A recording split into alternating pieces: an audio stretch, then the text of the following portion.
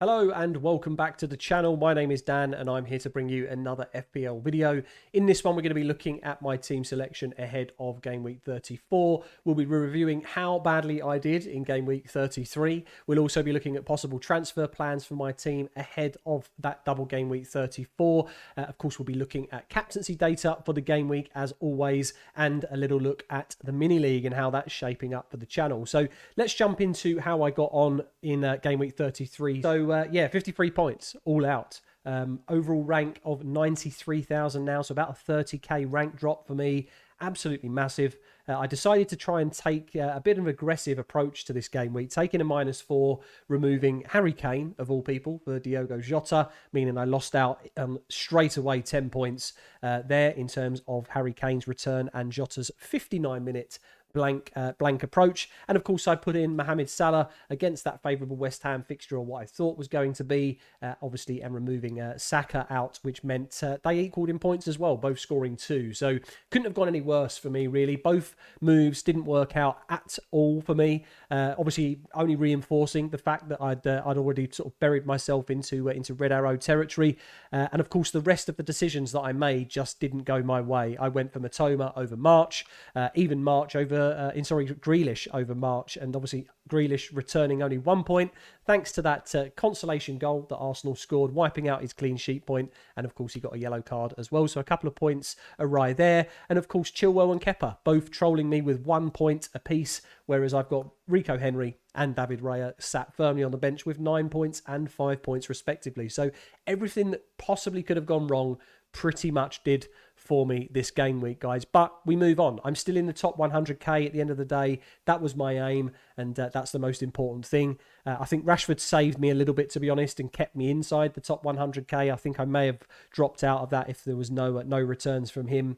But yeah, here we go. Let's move into the transfer plans then for game week 34. Let's try and improve our squad with just an extra double game weeker, and that is by removing a Chelsea asset, which I think both of these Chelsea assets are on the chopping block for me this week, to be honest. I'm sick of seeing them in my team now. Maybe a little bit harsh and a bit reactionary, but they're just not putting the performances together. And Lampard is just, from a managerial point of view, is just not delivering the goods. He didn't do it at Everton. He's not been doing it at Chelsea so far in the 5 games he's managed. So I think it's time to sell.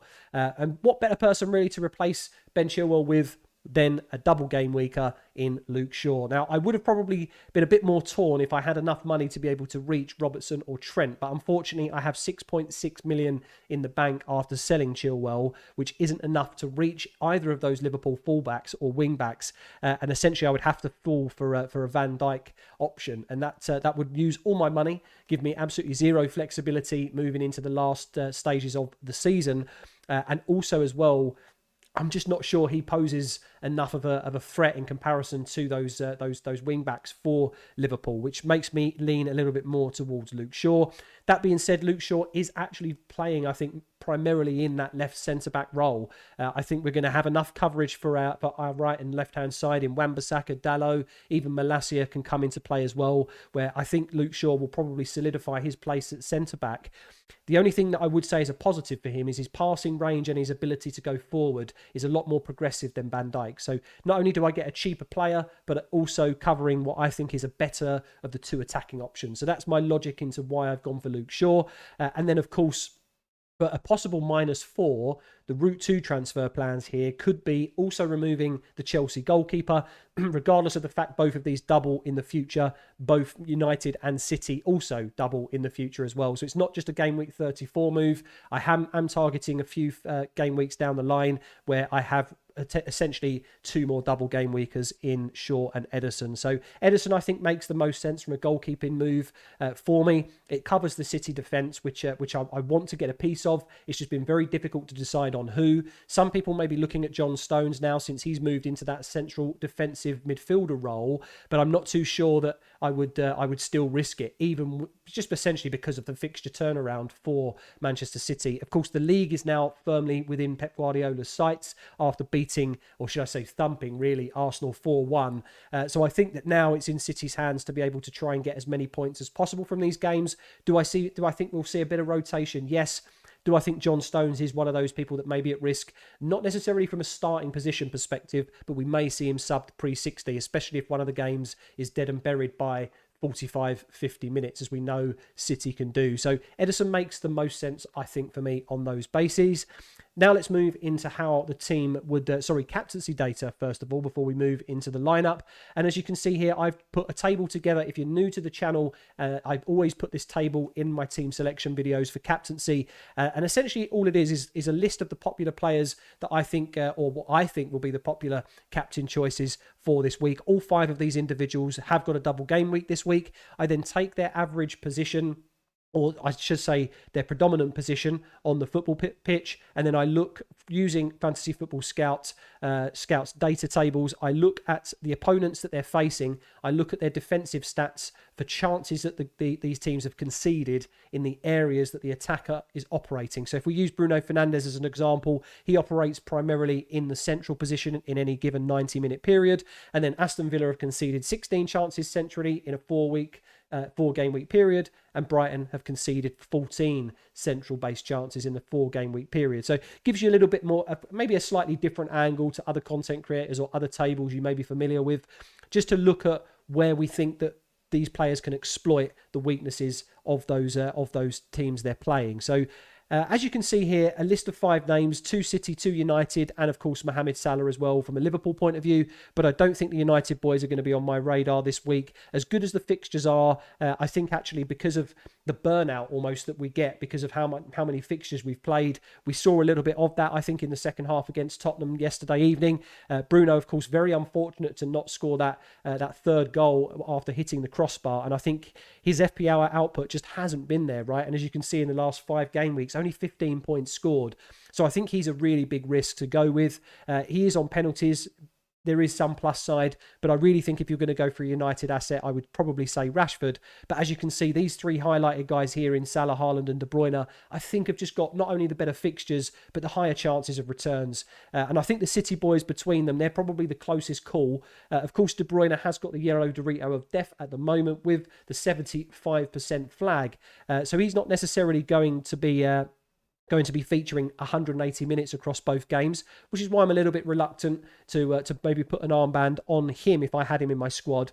So I can't honestly look past the Norwegian. Again, as boring as it is, I just think at this stage, if I'm trying to protect 100k, I can't really go for differentials on the captaincy armband. I have to try and go differentials in the starting 11, I think. So already did that last week. It didn't pay off. Let's see how we get on in 34. So as you can see in the defence, we are going to be lining up as follows. This is if I do not take the -4 and not sell Kepa for Ederson, I will be playing David Raya at that favourable Nottingham Forest fixture at home. Then we'll have Kieran Trippier with a single game week as well against Southampton, meaning those are the only 2 players I will have playing single game weeks this week. Every other player on my squad, meaning I've got 9 players playing doubles, which I'm very, very happy with. Of course, Luke Shaw, as we've seen there, free transfer for me, really good fixtures. Not sure if we're able to keep clean sheets or he's going to get attacking returns, but I just think it makes the most sense longer term with the budget I've got available. So he's kind of the best of the bunch I have access to. And then Estepinian, of course, he's going to come in. Yes, Brighton haven't necessarily kept a regular level of clean sheets recently, and he's not really returned as well as I thought he would do from an attacking perspective. But that being said, 2 home fixtures, I don't think you can look past a Brighton defender in your squad.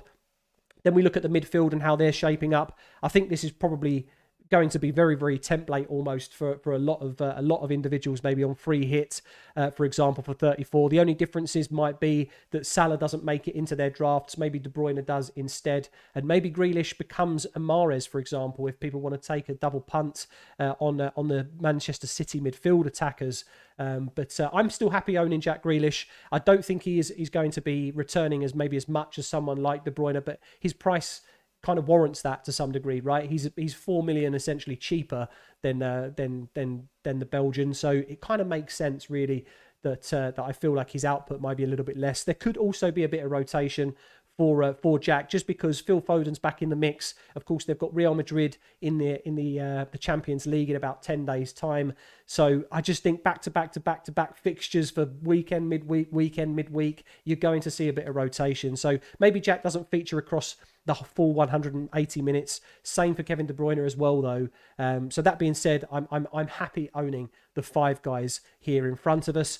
Then having a look at my front 2, we have got Erling Haaland and Diogo Jota. Now, of course, Jurgen Klopp has spoken at press conference this afternoon and given an update on Jota. He has actually got a flag against his name now. He's 75% chance of playing. Klopp explained he picked up a little bit of a back injury or a knock on his back during the West Ham game. Don't think he's going to be featuring 90 minutes anyway, even if he did feature at all. Maybe we see Luis Diaz start the Tottenham game and maybe he gets the full game at Fulham. But either way, I'm hoping we get about 1.5's worth of matches from him to some degree, right? Even if it's, say, one full game and 30 minutes in the other, I'm still going to be happy that that's a lot more than maybe someone like Isak would have got me. Of course, he had the unfortunate situation with the assist being stripped off of him, who was my kind of second possible transfer for game week 33.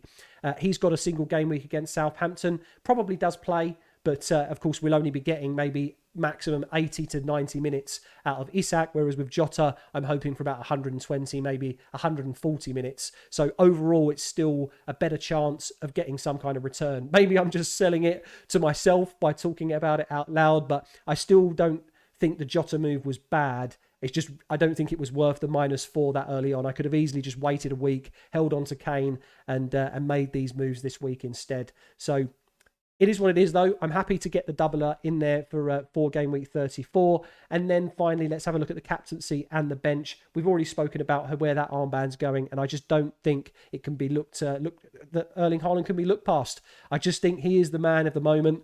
He's going to be continuously playing for City. There may be a little bit of rotation if the games are dead and buried, but he's breaking records. I don't think Pep's going to leave him out, especially now they're so close to getting back to the top of the table after that victory against Arsenal. And then the vice captaincy, I think, is just going to sit onto the Egyptian king. In terms of the bench options, then, I don't really feel like I have any. Kepa's just not a headache for me. He's never going to be between now and the end of the season now. I learnt my hard lesson in game week 33 with him. Watkins against United potentially could get a return, but I'm not going to realistically play a single game weeker ahead of any of these double game weekers.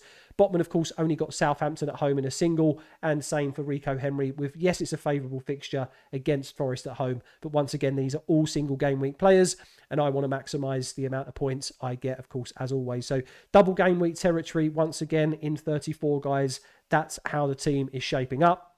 And finally, before we close off the video, we will be talking about the FPL Link Mini League. Here it is on screen. It is worth noting that we did have an additional player join in Lewis Connolly. He's not been, as far as I know, a regular viewer of the content, at least not involved in the mini league for as long as some other individuals. So, Lewis, thanks for joining, and thanks for joining into the stream midweek. But I'm going to have to say that joining this late on and to have only be 1 point essentially ahead of Mr. Jan Aigner, that's top of the league, you would not be eligible for a prize in this season's mini league. I hope you understand if you do watch this video, but I don't think it's fair to the long-term supporters of the channel and this community to give you essentially a prize if you've joined in game week 33. It just doesn't make sense or feel right to me. I will change it up next season for sure. I'll probably put just a kind of fun mini league together, and then one that is prize driven, that's kind of maybe invite only, based on how many people have been supporting the channel for such a long time now, over the past year. So sorry, Lewis, again, but I don't think it's right to do that if you do go ahead and win it. But Jan Aigner, you're finally top of the pile, my friend. George, unfortunately, missing out by about 6 or 7 points to you, and has fallen down into third place. But no new additions really to talk about. Of course, I've finally fallen out of the top 10 in my own mini league, which is good to see. I love to see the community progressing and doing well, so well done to all of you. And that's going to wrap up the video, guys. So thanks very much for tuning in. Of course, one last thing, if you do want to join the mini league, you can do. Just be aware that if you are in terms of new joiners, you're not going to be eligible for the prize that I will give to the winner at the end of the season. Of course, if you want to join it just to have a bit of fun with us, join in from a community perspective, please feel free to use the link in the description below. And of course, if you did enjoy the content, guys, and you're not a subscriber yet, please do consider smashing that button for me, as well as the thumbs up if you enjoyed the video. So thanks very much for watching. I'll be doing a live stream tomorrow on the deadline, so feel free to tune into that. But until then, take care, guys, and I'll see you in another video soon. Bye-bye.